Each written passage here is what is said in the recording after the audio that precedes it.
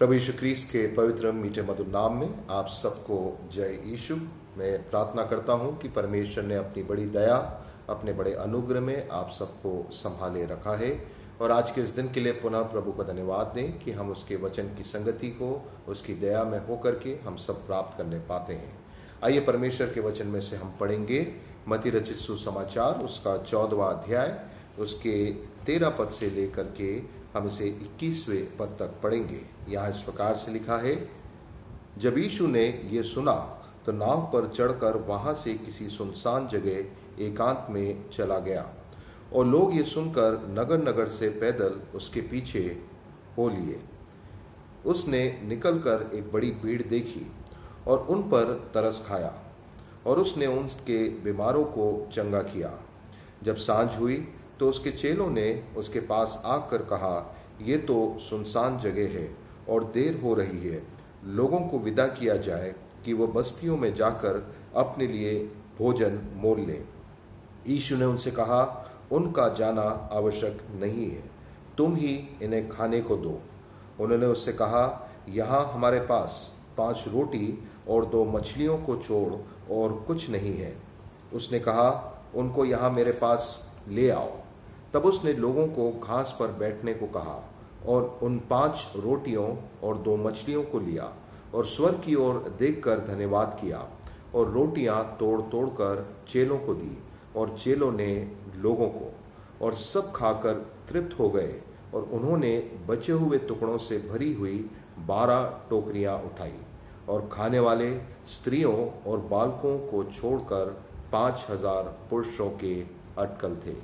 ये प्रभु यीशु क्रिस्त का सुसमाचार है। परमेश्वर अपने वचन के पढ़े और सुने जाने पर अपनी आशीष प्रदान करे। प्रियो, जो आज का हमारा चिंतन का विषय जो हमारे CNI की रीडिंग्स के अंतर्गत हमें प्राप्त होता है, उसमें लिखा है, परमेश्वर भूखों के लिए भोजन व्यवस्था करता है। परमेश्वर भूखों के लिए भोजन व्यवस्था करता है।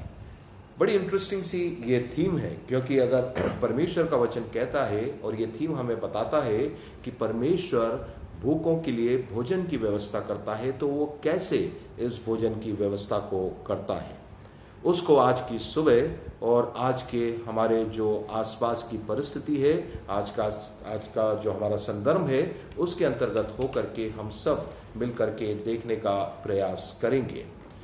जो हमारा सुसमाचार पाठ है वो प्रभु यीशु क्रिस्त के बड़े आश्चर्य कर्मों में से, मिरेकल्स में से एक मिरेकल है। अगर बाइबल में हम इसे ध्यान से देखें तो हमें ये चारों सुसमाचार में एकमात्र ऐसा आश्चर्य क्रम है, मिरेकल है, जो चारों सुसमाचारों में इसका वर्णन हमें मिलता है। इससे पहले कि जो हमारा थीम है, जो हमारा चिंतन का विषय है कि परमेश्वर कैसे भूखों के लिए भोजन की व्यवस्था करता है, उससे पहले इस वचन के ऊपर और इस आश्चर्य क्रम के ऊपर कुछ बातों को हम जानने का प्रयास करेंगे। यह आश्चर्य क्रम अगर हम देखें तो प्रभु यीशु क्रिस्त के सबसे बड़े आश्चर्य कर्मों में से एक है। अगर हम इसे पॉपुलरली जानते हैं, द फीडिंग ऑफ द 5000 लोगों को भोजन खिलाने का आश्चर्य क्रम। मगर इस वचन के और इस घटनाक्रम के आखिरी पद को अगर हम पढ़ें तो वहां पर लिखा है, खाने वाले स्त्रियों और बालकों को छोड़ 5000 पुरुषों से भी अटकल थे। यानी 5000 जो थे वो सिर्फ पुरुष थे। इसका मतलब, और जैसे सामान्य तौर पर होता है किसी भी आम सभा में, किसी भी कलीसियाई संगति में, किसी भी प्रेयर मीटिंग में, अमूमन पुरुषों से ज्यादा हमें महिलाओं की संख्या मिलती है। मगर हम मोटा मोटा अगर लें तो हो सकता हैगा कि 5000 और स्त्रियां भी इसके साथ जोड़ दें, और उस समय के हिसाब से अगर बच्चों की भी संख्या जोड़ें तो कम से कम 15 से 20 हजार लोग वहां पर उपस्थित थे। और 15 से 20 हजार लोगों को भोजन खिलाना वाकई में अपने आप में एक बड़ा आश्चर्यक्रम माना जा सकता है। साथ ही साथ इस आश्चर्यक्रम के अंतर्गत होकर के जो घटनाक्रम प्रभु यीशु क्रिस्त के जीवन में घट रहे हैं, उसको भी संक्षिप्त में हमें जानना जरूरी है। प्रभु यीशु क्रिस्त लगभग 2 साल की अपनी सेवकाई को पूरा कर चुके हैं और उसके अंतर्गत होकर के जहां उनकी पॉपुलैरिटी, लोकप्रियता बहुत बड़ी है, बहुत लोग उनके पीछे चलने लगे हैं, परंतु साथ ही साथ उनका विरोध भी इतना बढ़ता चला जा रहा है। इनफैक्ट ये वो आश्चर्य क्रम है जिसके बाद प्रभु यीशु ख्रीस्त अपने आप को लोगों से विड्रॉ कर लेते हैं, पब्लिक मिनिस्ट्री से अपने आप को काफी हद तक विड्रॉ कर लेते हैं और अपना ज्यादा समय अपने शिष्यों के साथ उन्हें अपनी मिनिस्ट्री के लिए और प्रभु यीशु ख्रीस्त की मृत्यु, उसके पुनरुत्थान और उसके पश्चात उनकी सेवकाई के लिए तैयारी में उस समय को वो बिताते हैं। किस प्रकार का विरोध है हम जानते हैं। जहां तक रिलीजियस पॉइंट ऑफ व्यू से देखो, यानी जो रिलीजियस लीडर्स हैं, जो धार्मिक गुरु हैं, वो प्रभु यीशु ख्रीस्त का विरोध कर रहे हैं। वो हर पल हर समय उनका मानना है कि व्यवस्था का उल्लंघन करते हुए प्रभु यीशु ख्रीस्त पाया गया है और उस कारण से वो लोगों को प्रभु यीशु ख्रीस्त के विरुद्ध किसी ना किसी रूप से उनको भड़काते हैं, उनको प्रेरित करते हैं। दूसरी ओर एक बड़ी अहम घटना घटी है। एक पॉलिटिकल ऑपोजिशन भी प्रभु यीशु ख्रीस्त के विरुद्ध खड़ा होता चला जा रहा है। जहां रिलीजियस एक ऑपोजिशन है, पॉलिटिकल ऑपोजिशन है। किस प्रकार से, अगर इस 13वें पद के पहले हम देखें तो वहां पर किस प्रकार से यूहन्ना बपतिस्मा देने वाले को मारा गया, उस घटनाक्रम का वर्णन है। उसे किसने मारा? राजा हेरोदेस ने। और हेरोदेस राजा ने जब यूहन्ना को मारा और उसके बाद उसे पता चला, वचन सिखाता हैगा कि प्रभु यीशु ख्रीस्त किस प्रकार से सेवा कर रहा है और कई लोग मानते हैं कि यूहन्ना प्रभु यीशु ख्रीस्त में फिर से जी उठा है, तो वो प्रभु यीशु ख्रीस्त का भी विरोधी हो गया है। तो एक प्रकार से एक रिलीजियस ऑपोजिशन और दूसरा हम देखते हैं पॉलिटिकल ऑपोजिशन प्रभु यीशु ख्रीस्त को प्राप्त होता है। इन सब बातों में होकर के प्रभु यीशु ख्रीस्त इस बड़े आश्चर्यक्रम को करता है। मुझे इस आश्चर्यक्रम को पढ़ करके और पुनः इसको आपको समझाने की मेरा विचार से आवश्यकता नहीं है। हम इस घटनाक्रम को जानते हैं कि कैसे प्रभु यीशु ख्रीस्त एकांत चाहता है और अपने आप को थोड़ा सा अलग करना चाहता है भीड़ से, परंतु भीड़ उसके पीछे आती है। कुछ लोग उससे आश्चर्यक्रम चाहते हैं, कोई चंगाइयां चाहते हैं और कुछ लोग उसके वचन को सुनना चाहते हैं। परंतु जब उस भीड़ को देखता है तो दो एक बातों को हम देखते हैं कि कैसे प्रभु यीशु ख्रीस्त उनके लिए कुछ बातों की व्यवस्था करता है और ये बड़ा आश्चर्यक्रम हमारे सम्मुख यहाँ पर प्रस्तुत किया जाता है। आज के परिवेश में जाने से पहले दो तीन बातों को इस आश्चर्यक्रम से हमको सीखना हमें जरूरी है। पहली बात जो हम देखते हैं, प्रभु यीशु ख्रीस्त उसकी मेंटल स्टेट को हमको समझना जरूरी है। जैसे कि मैंने आपसे कहा, प्रभु यीशु ख्रीस्त अब अपनी सेवकाई को अपने शिष्यों तक या और थोड़े से बहुत जो उसके वाकई में विश्वासी हैं उन तक सीमित करना चाह रहे हैं। वो अब पब्लिक मिनिस्ट्री नहीं चाहते हैं। अब वो चाहते हैंगे, वो जानते हैंगे कि बहुत से लोग हैं जो केवल आश्चर्यक्रमों को देखने के लिए और just for the thrill of it, खाली आनंद उठाने के लिए उसके पीछे आ रहे हैं। वो वाकई में उसके अनुयायी नहीं है। इस कारण से प्रभु यीशु ख्रीस्त अपने आप को अलग कर रहे हैं। साथ ही साथ स्वाभाविक है, दुखद है उनके लिए कि यूहन्ना बपतिस्मा देने वाले को जिस प्रकार से मार दिया गया, और उससे भी बढ़कर के वो इस बात को जानते हैं, क्योंकि जैसे वो बार बार कहते हैं कि उनका समय नहीं आया है। इस कारण से वो किसी प्रकार का कन्फ्रंटेशन, किसी प्रकार का विरोध या आमना सामना ना ही रिलीजियस लीडर्स से चाहते हैं और ना ही उस समय की पॉलिटिकल लीडरशिप से चाहते हैं। वो अपने आप को अलग करना चाहते हैं क्योंकि वो जानते हैं कि अभी उनकी सेवकाई में बहुत कुछ करना बाकी है, और इस कारण से वो अपने आप को विड्रॉ करते हैं। तब भी भीड़ उनके पीछे हो लेती है, उनके पास आती है, और जो भीड़ है हम देख रहे हैं यहाँ पर एक बड़ी भीड़, 15-15, 20-20 हजार लोग उसके पीछे आते हैं। और जब भीड़ उसके पास आते हुए वो देखता है तो 14वें पद में लिखा है, उसने निकलकर एक बड़ी भीड़ को देखा और उन पर क्या करा? तरस खाया। इंग्लिश में वर्ड है he had compassion on them. जब उसने भीड़ को देखा, भीड़ में वो भी थे जो उसके सच्चे विश्वासी थे, भीड़ में वो थे जो खाली एक स्पेक्टिकल देखने आए थे कि ये क्या होने वाला है वहां पर। कुछ लोग बड़ी आस लेकर आए थे, चंगाई प्राप्त करने के लिए आए थे। जो भी हो, प्रभु यीशु ख्रीस्त ने जब भीड़ को देखा तो उन पर तरस खाया। ये पहली बात हमारे लिए सीखने को है। इन ऑल हिज, उसकी जो भी परिस्थिति थी, उसकी जो भी मेंटल स्टेट थी, प्रभु यीशु क्रिस्ट जिन भी बातों को सोच रहा था, जो भी अपने लिए चाह रहा था, एकांत चाह रहा था, प्रार्थना का समय चाह रहा था, शिष्यों के साथ समय बिताने का समय चाह रहा था, वो अपने लिए जो कुछ भी चाह रहा था, परंतु जब भीड़ को देखा तो प्रभु यीशु क्रिस्ट को उस भीड़ पर तरस आया। और जब तरस आया तो उसने फिर ये भी जाना कि इतनी बड़ी भीड़ है और अगर ये वापस नगर को लौटते हैं तो इनके लिए भोजन प्राप्त करना आसान नहीं होगा। इस कारण से वो अपने शिष्य को, और अगर आप यूहन्ना के वर्जन में जाकर के देखेंगे, जॉन के गॉस्पेल में इस घटना का वर्णन देखेंगे, तो वो फिलिप को बुला करके कहता है कि इनके लिए भोजन की व्यवस्था करो। और फिर शिष्य फिलिप और अन्य अपने आप को सहाय बताते हैं कि हम लोग उनके लिए, इतने सारे लोगों के लिए व्यवस्था नहीं कर पाएंगे। परंतु मुख्य बात जो है, प्रभु यीशु क्रिस्ट उनकी आवश्यकताओं को जानता है, वो उनके लोगों को चंगा करता है। जब हम मरकुस और लूका के वर्जन को देखेंगे तो वहां पर बताया गया है उसने लोगों को चंगा करा, उसने राज्य के सुसमाचार को उनके बीच में रखा। सो ये सब बातें जब हो रही हैं, उसी के साथ साथ प्रभु यीशु क्रिस्ट को उनकी भोजन की भी चिंता है। उनको, उनके ऊपर प्रभु यीशु क्रिस्ट को तरस आया। He had compassion on them, जबकि वो खुद अपने लिए कुछ समय चाहता था, परंतु उसका समय ज्यादा इंपॉर्टेंट नहीं था। उससे बढ़ करके उसके लिए इंपॉर्टेंट था कि वो लोगों की आवश्यकताओं को पूरा करे। और फिर कैसे करा, हम सब उस आश्चर्यक्रम को जानते हैं। कहीं से एक लड़के के पास 5 रोटी और 2 मछली मिलती है, जो शिष्य उसके पास लेकर के आते हैं। और प्रभु यीशु क्रिस्ट किस प्रकार से लोगों को बिठाने का निर्देश देता है, लोग बिठाए जाते हैं। उसके बाद वो उठा करके उस रोटी और उस मछली के लिए प्रार्थना करता है, परमेश्वर को धन्यवाद देता है। और फिर एक बड़ी इंपॉर्टेंट बात है, फिर उसने क्या करा, उस रोटी को और उस मछली को उसने अपने शिष्यों को दिया, और शिष्यों ने लोगों के बीच में जाकर के उस रोटी को और उस मछली को बांटा।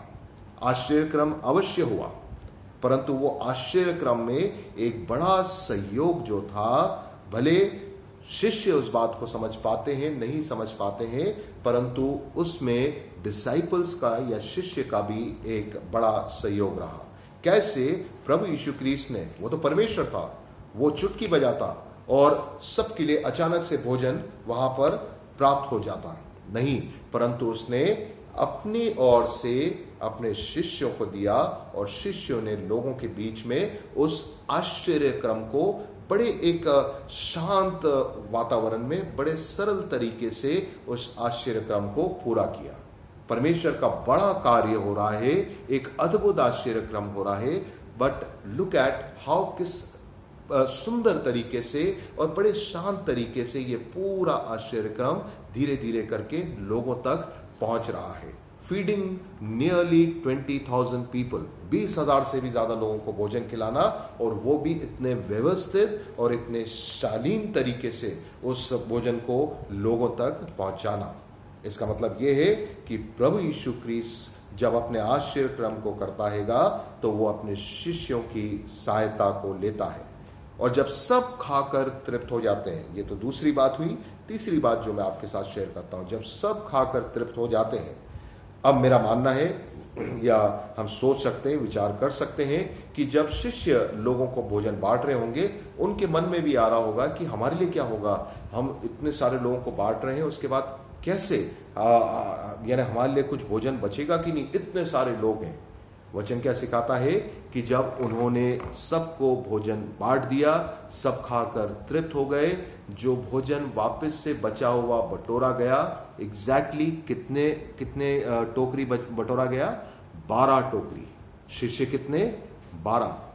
आवश्यकता कितनी, 12 टोकरियों की। और उसमें से शिष्यों ने भी, मेरा पूरा विश्वास है, तृप्त होते हुए अच्छी प्रकार से अपने भोजन को खाया होगा। तो इसका मतलब शिष्यों की भी प्रभु यीशु क्रिस्ट ने पूरी तरीके से सुधि ली और उनकी भोजन की आवश्यकता को भी पूरा करा। अब ये 3 बातों को जब हम देखते हैं, प्रभु यीशु क्रिस्ट का कंपैशन या लोगों पर तरस खाना, अपने शिष्यों का इस आश्चर्यक्रम में इस्तेमाल करना, और साथ ही साथ अपने शिष्यों की भी आवश्यकताओं का ध्यान रखना। हमारे आज के युग में और इस समय में इसका आपके लिए, मेरे लिए क्या मायने हैं। ये थीम बड़ा सुंदर है। वो क्या कहता है? परमेश्वर भूखों के लिए भोजन व्यवस्था करता है। परंतु वो भोजन व्यवस्था कैसे हो सकती है? वो भोजन व्यवस्था परमेश्वर करता तो है, परंतु उसका जरिया कौन है? आप और मैं। अब इंपॉर्टेंट बात, आज के संदर्भ में हम सब अपने आसपास, अपने इर्द गिर्द बड़े कठिन दौर को देख रहे हैं। हम कोरोना वायरस की बात करें तो आज भी हमारे देश में दुनिया भर से सबसे ज्यादा प्रतिदिन कोरोना केसेस रिकॉर्ड किए जा रहे हैं। ये बीमारी अभी समाप्त नहीं हुई है। साथ ही साथ एक और बड़ी हम कह सकते हैं झटका हमारे देश को मिला, जब 3 से 4 दिन पूर्व हमारे पहले तिमाही के फर्स्ट क्वार्टर के जीडीपी जो आंकड़े हैं आपके और मेरे सामने आए। इस देश में एक बड़ी आर्थिक संकट आपके और मेरे सामने खड़ा है। हम में से कई लोग फाइनेंशियली स्ट्रगल ऑलरेडी कर रहे हैं। कई लोगों की नौकरियां जा चुकी है। कई छोटे गरीब लोग जो हैं उनके पास काम नहीं है। काम के साथ साथ जो बेसिक एमेनिटीज हैं, बेसिक आवश्यकताएं हैं रोटी की, वो भी उनके जीवन में पूरी नहीं हो रही है। परंतु उसमें होकर के प्रभु यीशु ख्रीस्त कहता है और परमेश्वर का वचन हमें सिखाता है कि परमेश्वर आवश्यकमंदों की, भूखों की सुधि लेता है। तो वो कैसे सुधि ले रहा है? और मेरा मानना है आज का वचन इस बात को आपको और मुझको दिखाता है कि कैसे इस आश्चर्य क्रम में प्रभु यीशु ख्रीस्त वाकई में आज भी परमेश्वर जो है अपने समस्त मानव जाति के समस्त लोगों की सुधि ले रहा है। वो उन पर तरस खाता है, उनसे प्रेम करता है। और इस कारण से प्रभु यीशु ख्रीस्त के इस आश्रय क्रम में हमें सीखने को मिलता है कि जैसे वो अपने शिष्यों को इस्तेमाल करता है, आज भी वो अपने शिष्यों को यानी कि आपको और मुझको इस्तेमाल करना चाहता है, उपयोग करना चाहता है आपका और मेरा, एक व्यक्ति के रूप में, एक साथ ही साथ कलीसिया के रूप में। हमारी डायसिस में आज के समय में इस माह से बहुत सारी कलीसियाएं आराधना के लिए खुल जाएंगी। परंतु चुनौती यह है कि ऐसा ना हो कि हम अपने आत्मिक इस भूख को मिटाने में हम लोगों के हालात और परिस्थिति को भूल जाए। जरूरत इस बात की है, जैसे प्रभु यीशु ख्रीस्त अपने लिए समय चाहता था, परंतु जब उसने भीड़ को देखा, उन पर तरस खाया। आवश्यकता वही है कि आपको, मुझको एज अ चर्च, हमें भी हमारे आसपास के लोगों के दुख दर्द को देखना है। We should show the same compassion जो प्रभु यीशु ख्रीस्त ने लोगों के बीच में दिखाया।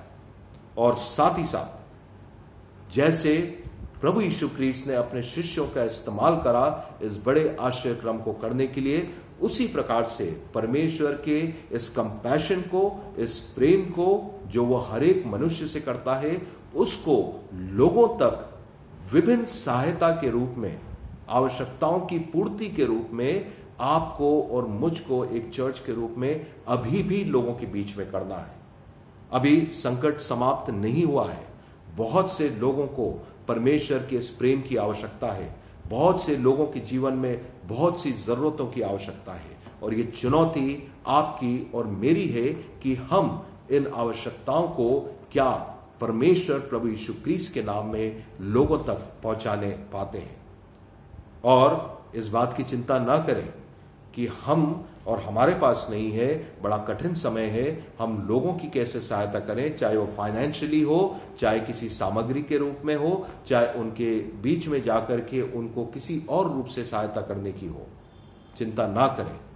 ये आश्चर्यक्रम, ये मिरेकल आपको और मुझको सिखाता है कि जैसे लोगों की 20,000 से भी ज्यादा लोगों की प्रभु यीशु ख्रीस्त ने सुधि ली, उसी प्रकार से उसने अपने शिष्यों के लिए भी उनके भोजन की व्यवस्था को करा। और सब जब खत्म हुआ, 12 टोकरियां उसके 12 शिष्यों के लिए बच गई। वो हमारी भी सुधि लेगा अगर हम प्रभु यीशु ख्रीस्त के कार्यों को पूरा करेंगे, उसके उस बड़े आश्चर्य क्रम को जो वो लोगों के बीच में प्रेम के रूप में पहुंचाना चाहता है उसे पूरा करेंगे, तो निश्चिंत रहें प्रियो, परमेश्वर का वचन हमें सिखाता है परमेश्वर आपकी और मेरी भी आवश्यकताओं की पूर्ति करेगा। He will fulfil all the needs that we have. इसलिए आज के समय में, आज के युग में हमारी जिम्मेदारियों को हमें स्मरण रखना है। हमारा कार्य, हमारा दायित्व केवल हमारा रिलेशनशिप विद परमेश्वर, जो परमेश्वर के साथ रिश्ता है, केवल वहां तक सीमित नहीं है। हमारी जिम्मेदारी हमारे आसपास के लोगों के प्रति भी है, उनकी आवश्यकताओं के अंतर्गत होकर के भी है। जब हम उनकी सुधि लेंगे तो हम परमेश्वर की आशीषों में बने रहेंगे। परमेश्वर ने वचनों के द्वारा आपको, मुझको, हम सबको अपनी बहुतायत की आशीष प्रदान करें। हम प्रार्थना करें। प्रेम पिता परमेश्वर, आपके समस्त आशीषों के लिए धन्यवाद, आपकी अगुवाई के लिए धन्यवाद, आपका अनुग्रह जो आपने हमारे जीवन पर इस संकट काल में होकर के बनाए रखा उसके लिए धन्यवाद। आज के इस वचन के द्वारा हमें प्रेरित करें पिता परमेश्वर कि हमारे आसपास, हमारे इर्द गिर्द जो आवश्यकमंद है, जो जरूरतमंद है, न केवल हम उनके लिए प्रार्थना करने वाले बने, परंतु अपने जीवन में, अपने कार्यों में, उन रिसोर्सेज में जो कुछ आपने हमें दिया है उसमें हो करके इन लोगों की जरूरतों को हम पूरा करने का प्रयास कर सके, जिसके की द्वारा आपका प्रेम, आपका अनुग्रह, आपकी दया पिता परमेश्वर और आपकी सेवा को हम ऐसे लोगों के बीच में पूरा कर सके। हम धन्यवाद देते हैं कि हमारे मांगने के पहले आपने हमारी जरूरतों को पूरा करा है। इसलिए यही विनती करते हैं कि हमें ऐसा मन दे कि ऐसे लोगों की सेवकाई को करते हुए हम आपके राज्य के सुसमाचार को लोगों के बीच में पहुंचा सके। सारा मान, सारा आदर, सारी महिमा आपको देते हुए इस विनती को मांगते हैं प्रभु यीशु ख्रीस्त के नाम से, आमीन। हमारे प्रभु यीशु ख्रीस्त का अनुग्रह, परमेश्वर पिता का प्रेम, पवित्र आत्मा की संगति, सहभागिता हम में से हर एक के साथ अब से लेकर सदा तक होती रहे और बनी रहे, आमीन। जय यीशु। God bless you.